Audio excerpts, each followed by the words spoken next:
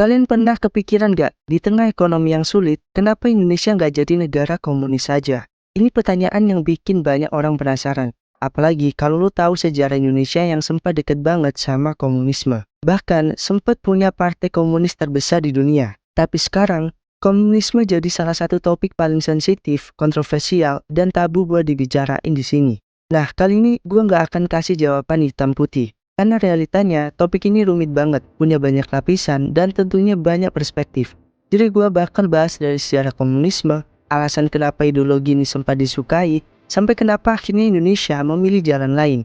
Semuanya udah gue bahas di video kali ini, so tonton videonya sampai habis.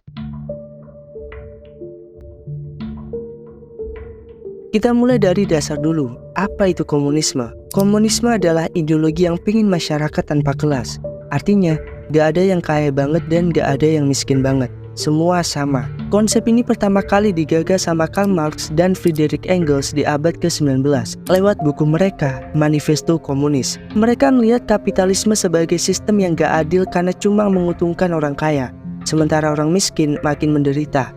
Dari sini, muncullah ide untuk membentuk sistem di mana semua alat produksi kayak pabrik, tanah, sumber daya, semuanya dipegang negara, bukan individu. Negara nanti yang bakal membagi hasilnya sama rata ke semua orang. Gampangnya, konsep ini pengen bikin semua orang hidup sejahtera tanpa ada yang merasa tertindas. Mungkin kedengaran bagus di teori ya. Tapi prakteknya, negara-negara komunis yang kita lihat hari ini kayak Korea Utara atau zaman Soviet dulu malah banyak yang otoriter. Kenapa bisa gitu? Karena komunisme butuh kontrol penuh dari pemerintah. Jadi kebebasan pribadi jadi terbatas banget gitu. Kalau lo pengen hidup bebas, bisa milih apa aja yang lo pengen, sistem kayak gini mungkin gak cocok buat lo. Buat orang yang hidup di bawah kapitalisme yang keras, dimana yang kaya makin kaya dan yang miskin makin susah, komunisme bisa jadi ide yang menarik banget. Komunisme janji buat hapus kemiskinan dan bikin semua orang punya kesempatan yang sama.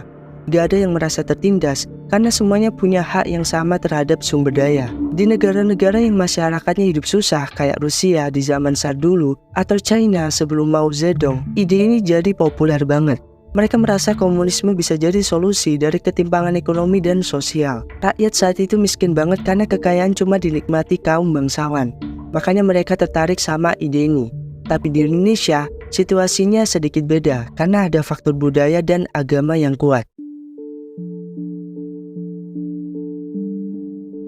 Kalau ngomongin sejarah komunisme di Indonesia, kita nggak bisa lepas dari PKI alias Partai Komunis Indonesia. PKI adalah salah satu partai komunis terbesar di dunia pada masanya. Nah pertanyaannya, kok bisa besar banget? Waktu itu, banyak rakyat miskin yang merasa komunisme bisa kasih harapan buat hidup lebih baik. Apalagi di tengah penjajahan Belanda yang bikin hidup susah. PKI jadi besar karena punya daya tarik buat rakyat yang ingin perubahan.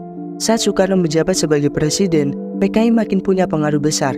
Mereka dekat banget sama kekuasaan dan bisa dibilang PKI sempat ada di puncak kekuatan politik di Indonesia. Namun, semua ini berubah drastis setelah peristiwa yang dikenal sebagai G30S atau Gerakan 30 September pada tahun 1965. Setelah itu, PKI dibubarkan dan komunisme dilarang total. Banyak yang percaya kalau peristiwa ini adalah konspirasi, tapi terlepas dari itu, peristiwa ini bikin Indonesia tutup pintu buat komunisme sampai sekarang. Nah sekarang pertanyaan utama, kenapa komunisme nggak cocok di Indonesia? Pertama, Indonesia punya budaya kolektivitas yang tinggi. Tapi konsep kolektivitas di sini beda sama komunisme. Di Indonesia, gotong royong dan kekeluargaan itu kuat, tapi tetap dalam semangat kebebasan individu. Nah sedangkan komunisme menekankan kesetaraan yang diatur negara. Tapi Indonesia lebih suka konsep kebersamaan yang spontan dan natural dari masyarakat sendiri. Nah maksudnya di sini tuh ide komunisme itu singkatnya meskipun ada kebersamaan dan kesetaraan, tapi itu tuh semuanya sengaja diatur oleh negara. Sedangkan di Indonesia itu masyarakatnya lebih suka kebersamaan dan kesetaraan yang alami dan natural gitu. Makanya ide ini nggak cocok dipakai di negara ini. Kedua, Indonesia mayoritasnya beragama, khususnya Islam. Dan Islam punya prinsip hak milik pribadi yang kuat. Dalam Islam, lo boleh punya kekayaan pribadi selama digunakan dengan baik. Dan itu dihormati banget. Nah, komunisme justru membatasi kepemilikan pribadi. Karena semua harus dikontrol oleh negara gitu. Ini jelas nggak sesuai sama kepercayaan yang ada di Indonesia. Dan inilah yang bikin banyak orang merasa ideologi ini sulit diterapkan. Indonesia punya Pancasila yang dirancang sebagai ideologi tengah yang mencakup semua nilai penting di masyarakat. Pancasila ini dibuat bukan cuma buat jadi ideologi negara, tapi juga untuk ngasih jalan tengah di antara ideologi-ideologi besar, kayak liberalisme, kapitalisme, sosialisme, sampai komunisme. Sila kedua, kemanusiaan yang adil dan beradab, ngajarin kita buat menghormati hak-hak semua orang. Sementara sila kelima, keadilan sosial bagi seluruh rakyat Indonesia, mencerminkan keinginan buat hidup adil dan sejahtera. Tapi yang menarik, Pancasila nggak ngelarang hak milik pribadi, malah mendukungnya selama untuk kepentingan bersama.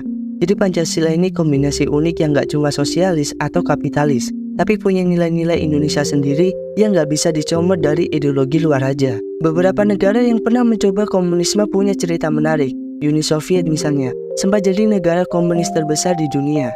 Tapi mereka juga dikenal sebagai negara yang represif dan otoriter, sampai akhirnya bubar di tahun 1991. Ekonominya kolaps karena orang-orang gak punya motivasi buat bekerja keras. Di Uni Soviet, hasil kerja keras lo bakal dibagi rata, terlepas dari seberapa besar usaha lo. Akhirnya banyak yang kehilangan semangat dan ekonomi jadi gak maju gitu. Korea Utara juga contoh negara komunis yang ada sampai sekarang, tapi rakyatnya bisa lo lihat sendiri, hidup dalam tekanan berat dan kemiskinan. Gak ada kebebasan individu dan semuanya dikontrol oleh negara. Dari sini kita bisa belajar kalau sistem yang terlihat ideal di teori bisa jadi sangat sulit diterapkan di kenyataan. Sistem yang terlalu ketat dan sentralistik bikin rakyat gak bebas dan ekonomi gak berkembang. Coba bayangin kalau Indonesia jadi negara komunis, apa yang bakal terjadi? Kemungkinan besar, sistem ini bakal bentrok sama kebudayaan dan agama yang kuat di masyarakat. Lo nggak akan bisa punya hak milik pribadi karena semuanya dikelola oleh negara. Selain itu, kalau negara kontrol penuh, lo bisa kehilangan kebebasan individu, termasuk hak untuk bersuara. Banyak yang bilang kalau Indonesia itu terlalu beragam buat jadi negara komunis. Negara ini tuh banyak suku, agama, dan budaya yang unik. Nah, komunisme ini mungkin bisa bekerja di negara yang homogen. Tapi untuk di Indonesia yang sangat beragam, pemaksaan satu ideologi tertentu itu bisa jadi bumerang. Negara komunis yang masih ada di dunia hari ini itu cuma segelintir, kayak Korea Utara, Cina, dan Kuba. Tapi mereka semua punya cara unik buat bertahan.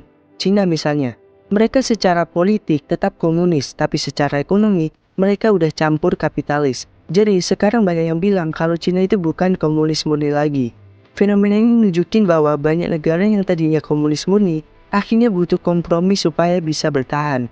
Jadi realitanya, ideologi komunisme itu hampir mustahil buat diterapkan secara total di dunia modern yang terus berubah. Nah, melihat dari pengalaman negara komunis hari ini, muncul pertanyaan apakah komunisme bisa diterapkan di masa depan. Dalam kondisi sekarang, kecil kemungkinan komunisme diterima lagi di Indonesia. Tapi bisa aja, ide-ide kesetaraan sosialnya tetap diambil dan diadaptasi jadi kebijakan yang adil buat masyarakat, tanpa menghilangkan kebebasan pribadi. Misalnya, pemerintah bisa tetap bantu masyarakat miskin lewat subsidi dan program sosial, tanpa harus jadi negara komunis. Di masa depan, mungkin ide-ide ini akan muncul kembali dalam bentuk baru, tapi tanpa harus ekstrim jadi komunisme murni. Intinya, yang bisa kita ambil dari komunisme adalah semangat untuk menciptakan keadilan sosial dan kesejahteraan bagi semua orang. Tapi pelaksanaannya bisa jadi campuran yang lebih fleksibel, kayak yang kita lihat di negara-negara modern sekarang. Misalnya negara seperti Norwegia atau Swedia memang gak komunis, tapi mereka punya sistem yang sangat memperhatikan kesejahteraan rakyatnya lewat program kesehatan, pendidikan gratis, dan bantuan sosial. Sistem kayak gini disebut sebagai welfare state atau negara kesejahteraan, yang mungkin lebih cocok buat Indonesia kalau mau tetap menghormati hak individu tapi juga memperhatikan kesejahteraan sosial.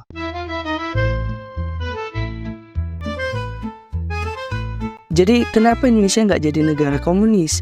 Jawabannya kompleks banget. Dari sejarah, ideologi, budaya, sampai karakter masyarakat kita sendiri yang memang nggak cocok dengan konsep kontrol negara yang ketat kayak di komunisme. Pancasila udah jadi jalan tengah yang lebih sesuai buat kita, yang menghargai kesejahteraan sosial tapi juga menghormati hak individu. Tapi penting juga buat kita tetap terbuka buat belajar dari semua ideologi, termasuk yang kontroversial kayak komunisme. Kita bisa ambil nilai positifnya, terutama semangat buat mencapai keadilan sosial, tanpa harus merombak sistem jadi komunisme sepenuhnya. Yang penting adalah gimana kita bisa terus belajar dan beradaptasi supaya Indonesia bisa lebih maju dan adil buat semua rakyatnya. Well, itu tadi pembahasan di video kali ini. Sampai ketemu di video selanjutnya.